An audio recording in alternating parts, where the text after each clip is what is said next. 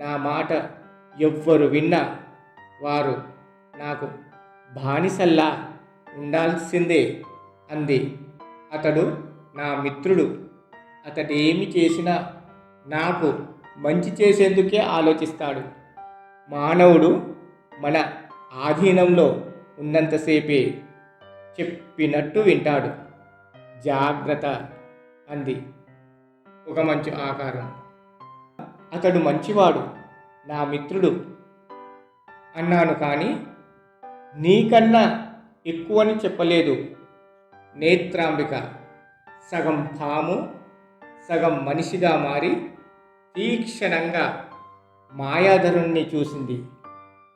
ఈ సృష్టిలో ఆడవాళ్లను అర్థం చేసుకోవడం ఎవ్వరి వలన కాదు.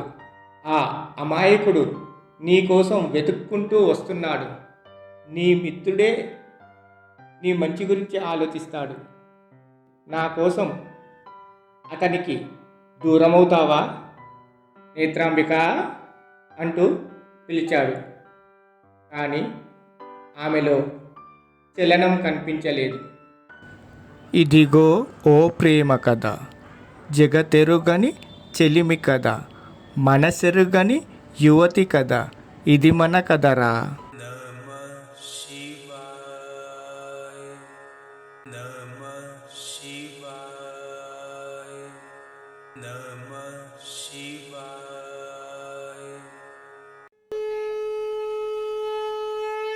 మూర్ఖత్వం కాదు, మూఢత్వం కాదు, ముక్కంటి తత్వం మాది. మేము హిందువులం.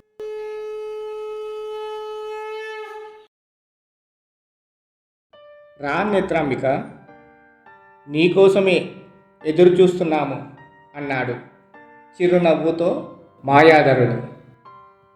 నిజంగా నా కోసమే ఎదురు చూస్తున్నారా? నమ్మొచ్చా అంది నేత్రాంబిక. మాయాధరుడు సిద్ధుని వైపు చూస్తూ, కావాలంటే సిద్ధుడిని అడుగు అంటూ, నిజమే కదా సిద్ధ అన్నాడు. అవునవును, నీకోసమే ఎదురు చూస్తున్నాము తడబడుతూ అన్నాడు సిద్ధుడు. నేత్రా, నీ దగ్గర నేను ఒక విషయాన్ని దాచిపెట్టాను అన్నాడు మాయాధరుడు. ఇద్దరిని మార్చి మార్చి చూస్తూ, నీవు నా దగ్గర రహస్యాలను కలిగి ఉన్నావంటే నమ్మమంటావా మాయాధర అంది నేత్రాంబిక. ముమ్మాటికి నిజం, కావాలంటే సిద్ధుడే సాక్ష్యం అన్నాడు మాయాధరుడు. నిన్ను నమ్ముతాను మాయాధర, నీ సాక్ష్యాన్ని కాదు అంది నేత్రాంబిక. ఒక్కసారిగా సిద్ధుడు ఆశ్చర్యపోయాడు. నేత్ర, ఏమంటున్నావు? నేను అసత్యవాదినా లేక నమ్మదగ్గవాడిని కాదనా? నీ మాటలకు అర్థం ఏమిటి ప్రశ్నించాడు సిద్ధుడు. ఆవేశపడకు సిద్ధ అన్నాడు మాయాధరుడు. కోపంగా నేత్రాంబికను చూసి అక్కడ నుంచి వెళ్ళిపోయాడు సిద్ధుడు. సిద్ధుడు వెళ్ళిన వైపే చూస్తూ, నేత్ర, సిద్ధుడికి కోపం వచ్చినట్టుంది అన్నాడు మాయాధరుడు. తన కోపమే తన శత్రువు అంటారు, కానీ అది అన్ని సందర్భాలలో కాదు అంది నేత్రాంబిక. నీ ఉద్దేశం ఏమిటో నాకు అర్థం కావట్లేదు నేత్ర అన్నాడు మాయాధరుడు. అందరికీ అన్నీ అర్థం అయితే ఈ నేత్రాంబిక గొప్పతనం ఏముంటుంది అంది నేత్రాంబిక. నిన్ను అర్థం చేసుకోవడం చాలా కష్టం సుమి అన్నాడు మాయాధరుడు. నన్నే కాదు, ఈ సృష్టిలో ఆడవాళ్లను అర్థం చేసుకోవడం ఎవ్వరి వలన కాదు అంది నేత్రాంబిక. నీకో విషయాన్ని చెప్పాలనుకుంటున్నాను నేత్ర అన్నాడు మాయాధరుడు. ఏమిటో చెప్పు మాయా అంది ప్రేమగా నేత్రాంబిక. నీకు సిద్ధుడంటే ఇష్టమేనా అన్నాడు మాయాధరుడు. సిద్ధుడే కాదు, నీవంటే కూడా ఇష్టమే అంది నేత్రాంబిక. నా ఉద్దేశం, సిద్ధుడిని నీవు ప్రేమిస్తున్నావా అని అడిగాడు మాయాధరుడు. నేత్రాంబిక మౌనంగా ఉంది. మాయాధరుడు నేత్రాంబిక ముఖ కవలికలను గమనిస్తున్నాడు. కానీ నేత్రాంబిక మాయాధరుడి వైపే అలాగే చూస్తుంది. కనురెప్ప కూడా కొట్టకుండా తన వైపే చూస్తున్న నేత్రాంబిక మనసేమిటో మాయాధరుడికి అర్థం కాలేదు. మాయాధరుడి మనస్సు కొంచెం భయాందోళనకు గురైంది. రాతి శిల్పంలా అలాగే కూర్చున్న నేత్రాంబిక వైపు చూస్తూ నేత్రాంబిక అంటూ పిలిచాడు. కానీ ఆమెలో చలనం కనిపించలేదు. మెల్లిగా అడుగులో అడుగు వేసుకుంటూ నేత్రాంబిక దగ్గరకు వెళ్ళి ఆమె భుజం తట్టాడు మాయాధరుడు. ఒక్కసారిగా నేత్రాంబిక సగం పాము సగం మనిషిగా మారి తీక్షణంగా మాయాధరుణ్ణి చూసింది. ఆ ఆకస్మిక సంఘటనకు మాయాధరుడు ఆశ్చర్యపోయి, నేత్రా, నీవు నాగకన్యవా అంటూ మూర్ఛపోయాడు. కొంత సమయం తర్వాత నేత్రాంబిక మామూలు స్థితిలోకి వచ్చింది. ప్రమద్వర అంశల కొలను వద్ద కూర్చుని ఉంది.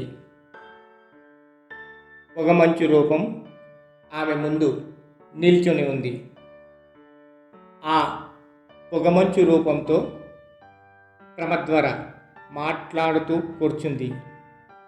సిద్ధుడు నీ ఆధీనంలోనే ఉన్నాడా ప్రశ్నించింది పొగమంచు ఆకారం. నేనంటే పడి చచ్చేంత అంది ప్రమద్వర.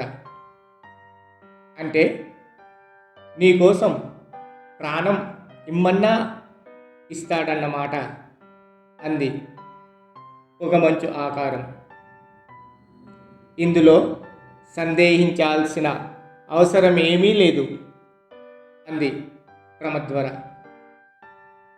అలాగని నన్ను నమ్మమంటావా అంది ఆ పొగమంచు ఆకారం. ఎందుకు సందేహిస్తున్నావు అంది ప్రమద్వర. మనం గంధర్వులం, సిద్ధుడు మానవుడు. మానవుడు మన ఆధీనంలో ఉన్నంతసేపే చెప్పినట్టు వింటాడు. జాగ్రత్త అంది పొగమంచు ఆకారం. నేను గంధర్వ కన్యను. వాక్ప్రయోగ వశీకరణ విద్య నా స్వంతం. నా మాట ఎవ్వరు విన్నా వారు నాకు బానిసల్లా ఉండాల్సిందే అంది ప్రమద్వర.